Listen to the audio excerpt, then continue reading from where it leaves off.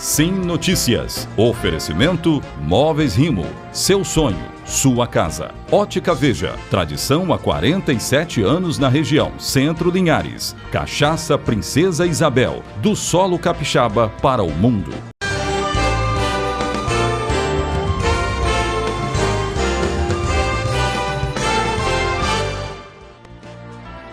Olá, começa agora o nosso Sim Notícias, trazendo para você as principais informações da nossa região. Vamos ver na edição desta terça-feira que começa agora.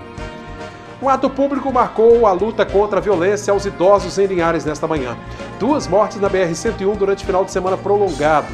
O caso envolvendo travestis em um motel de Linhares deixa em alerta a Polícia Civil, que está investigando denúncias de extorsão na cidade. O Laboratório Central descartou varíola do macaco no Espírito Santo, mas a amostra segue em análise no Rio de Janeiro. Dose de reforço contra a Covid-19 em São Mateus. Narian Lopes traz os detalhes. Vamos falar também de esportes. O CTE Colatina perdeu para o Rio Branco pela Copa Espírito Santo. Veja também outros destaques com Altemar Félix. Tudo isso e muito mais agora aqui na Rede Sim TV. Esta é da Terra.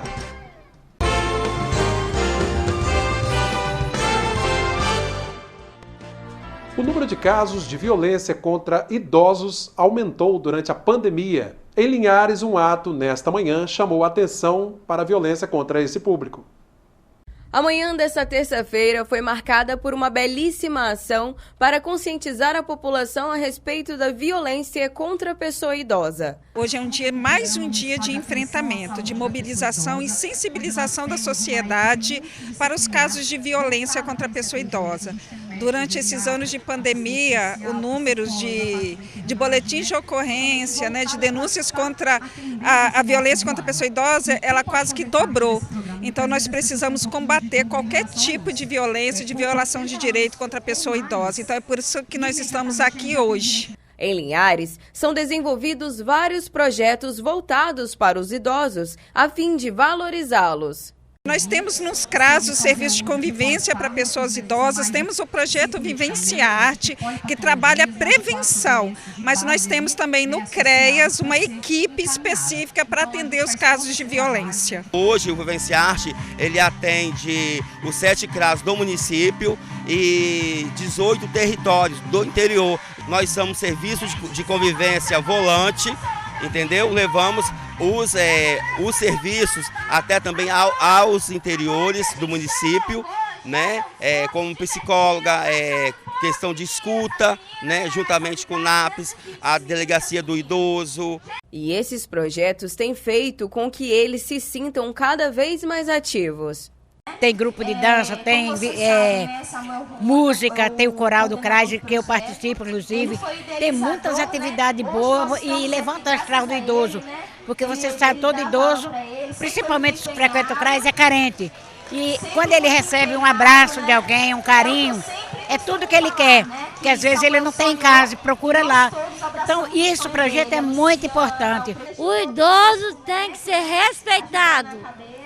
Porque as pessoas que maltratam o idoso não merecem respeito. Embora hajam diversas ações de conscientização, muitos idosos ainda vivem sob violência. Segundo dados do Disque 100, as denúncias de maus tratos contra eles cresceram durante a pandemia. Cresceu durante a pandemia, sim, até porque as famílias ficavam mais confinadas e às vezes surgiram violências, às vezes morais e até mesmo física, mas nós estamos apurando e pedimos à população que denuncie no caso de qualquer violação, qualquer vizinho, qualquer pessoa, saber que nós vamos apurar e vamos investigar a situação envolvendo o idoso. Importante essa conscientização, A gente traz agora um rápido giro de notícias da nossa região, confira aí.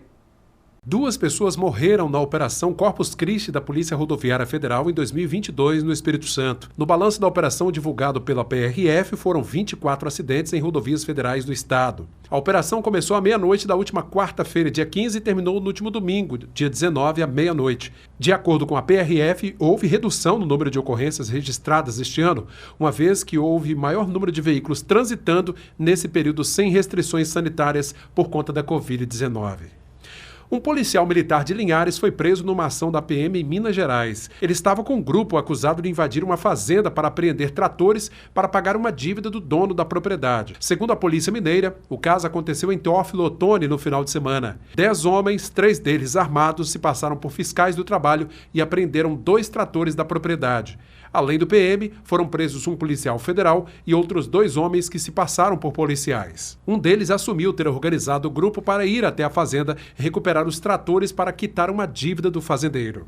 Autoridades de segurança pública de 6 estados brasileiros se reuniram nesta terça-feira em Vitória para a primeira oficina de trabalho sobre gestão e políticas efetivas de segurança pública para apresentar ações de enfrentamento à criminalidade.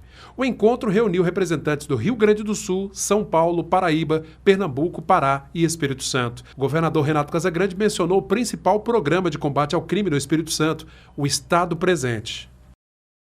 E ainda repercute em Linhares o caso do homem que derrubou o portão de um motel da cidade com o carro após o encontro com 3 travestis. Mesmo não tendo sido acionada, a polícia está atenta ao caso, já que na cidade há denúncias de casos semelhantes envolvendo extorsão.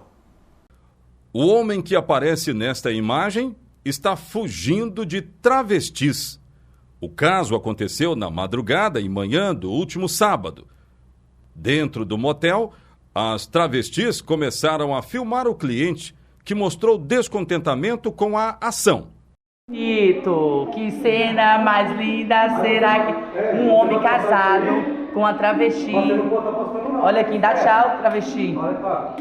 Ainda na manhã de sábado, o prejuízo estava contabilizado.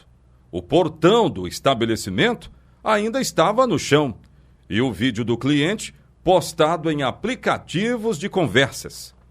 Essa ação criminosa foi parar na 16ª Delegacia Regional de Linhares.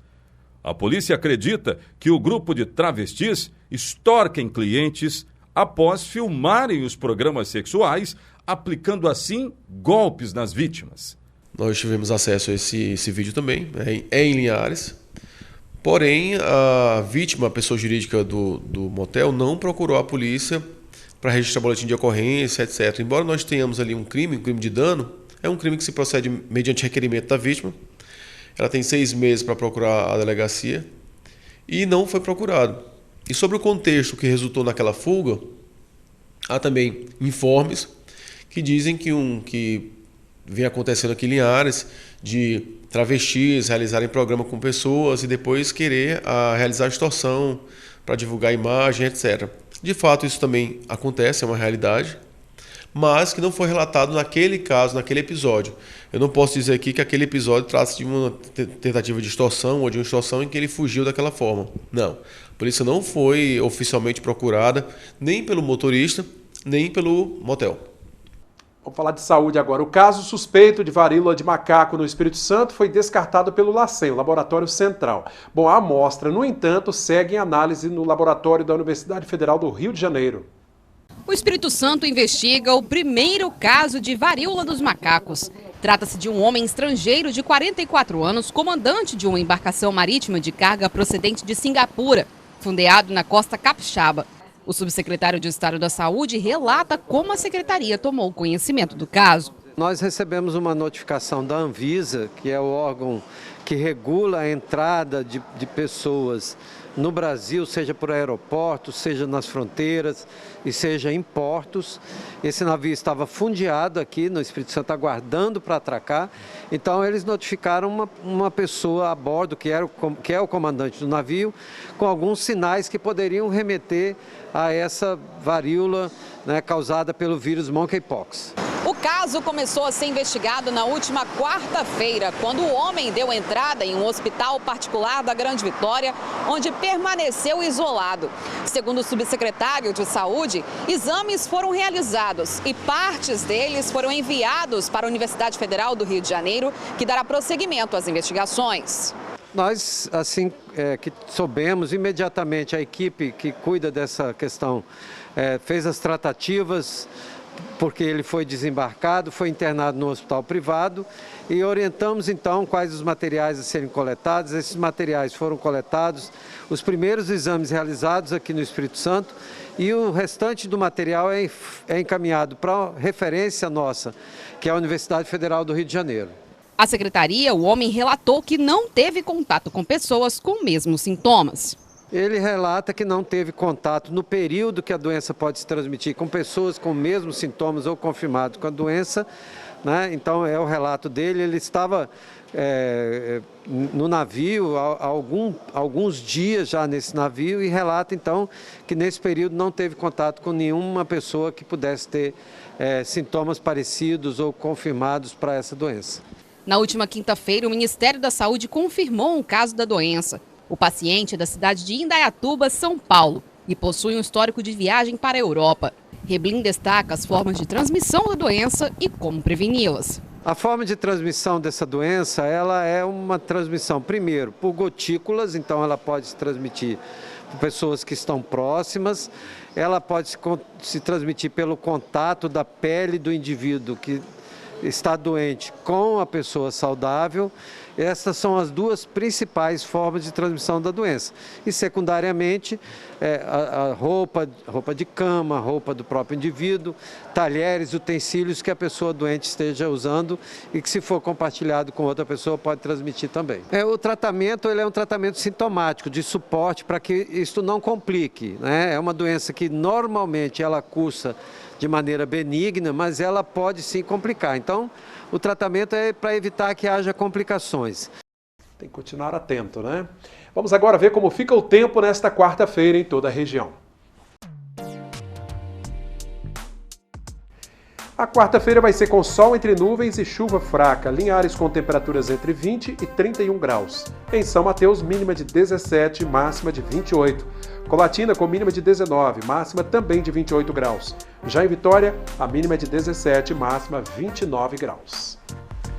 A seguir, vamos ver como é que está o reforço na vacinação contra a Covid em São Mateus. Nariane Lopes traz as informações daqui a pouco.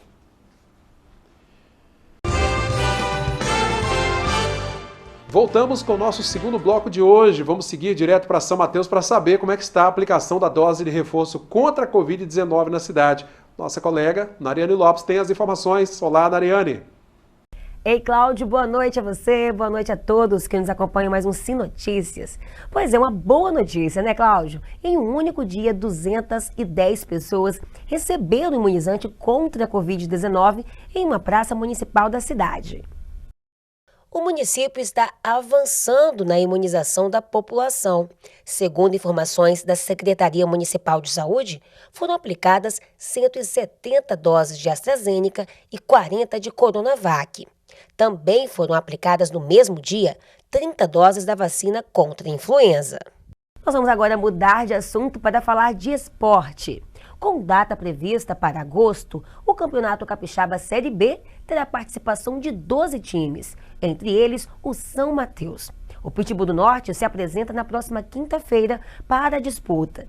Agora, sem patrocinadores, o presidente anuncia parceria com o município vizinho para conseguir participar da competição.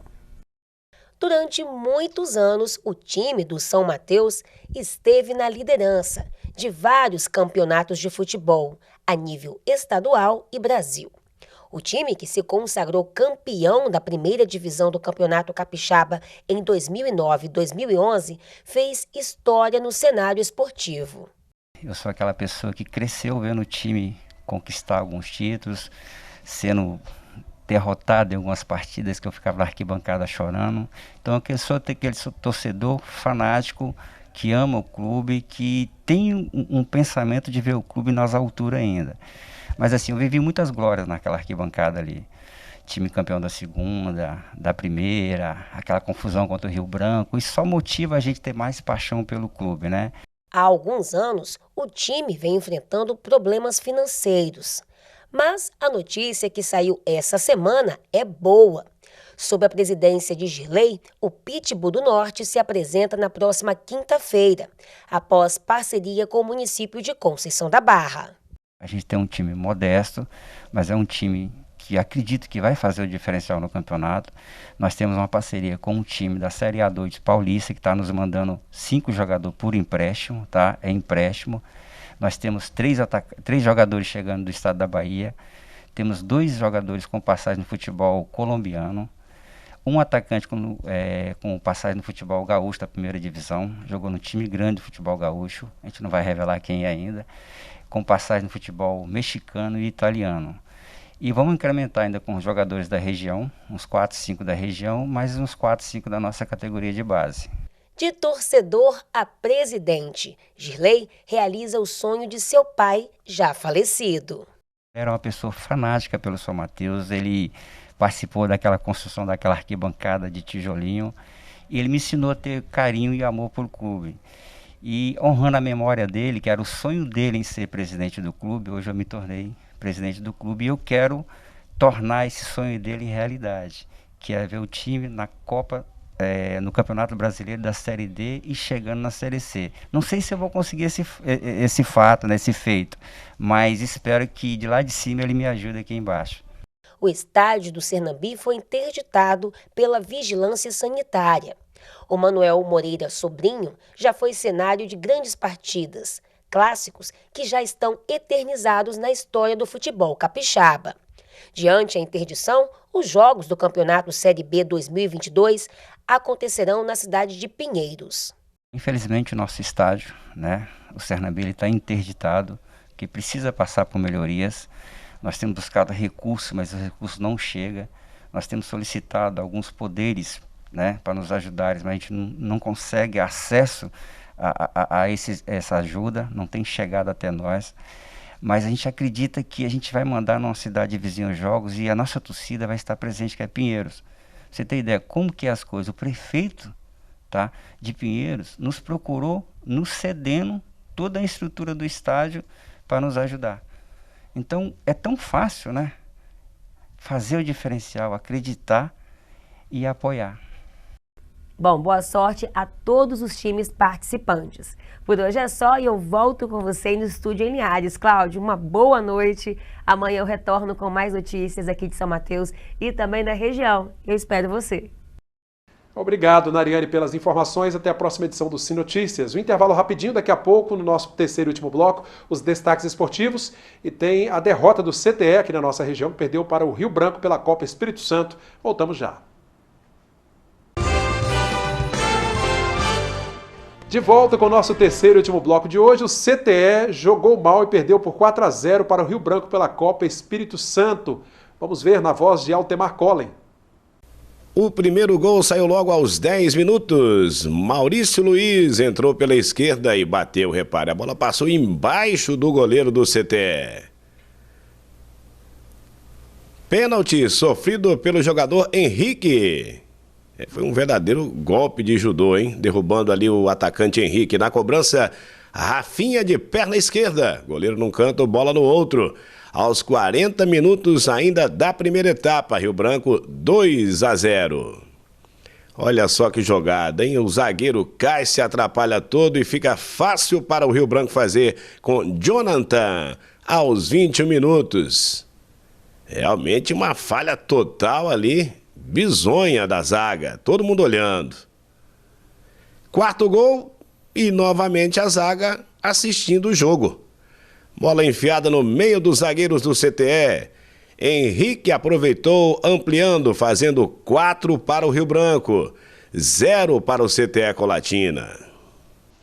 É isso aí, tem mais destaques esportivos com ele, Altemar Félix.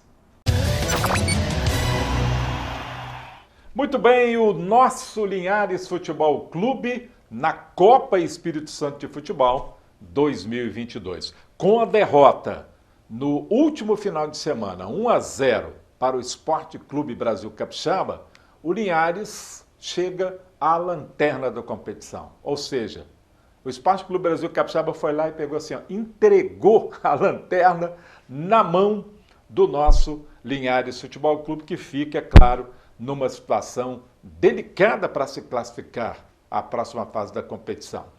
Pequenininho aqui, tô de óculos, né? Mas deixa eu conferir aqui a classificação. Você está vendo aí na tela, né? O primeiro colocado é o Real Noroeste, com 9 pontos. Está bam em todas as competições que disputa, hein? O Esporte Clube Brasil Capixaba agora é o vice-lanterna, com 4 pontos. E o Linhares Futebol Clube é o último colocado, com apenas 2 pontos na competição. Pois é, com essa lanterna na mão, o Linhares não está vendo nem aquela luzinha lá no final do túnel, né? Ficou numa situação realmente muito difícil, né? De chances que, na verdade, já eram remotas. No próximo sábado, o Linhares Futebol Clube, mesmo com o mando de campo, vai jogar fora de casa contra a Desportiva às 15 horas. Gente, triste sino aí para estes jovens jogadores, numa maioria, que compõem o time do Linhares, né? Foram jogados numa fogueira aí, né? Não vou colocar culpa na gestão, não, que sofre com a falta de parceiros. E aí, com a falta de parceiros, há problema na estrutura, né?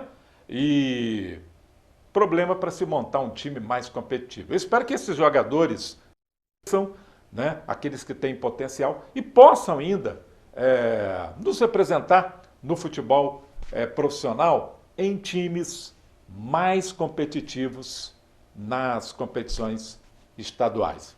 Tamo junto, garotada! Obrigado, Altemar, pela participação. Até a próxima edição. Gente, eu agradeço a você que nos acompanha também nas redes sociais, Instagram, Facebook. O nosso YouTube é TV Sim, o nosso canal no YouTube é TV Sim Linhares. O WhatsApp 996224547. Rede Sim TV, esta é da Terra.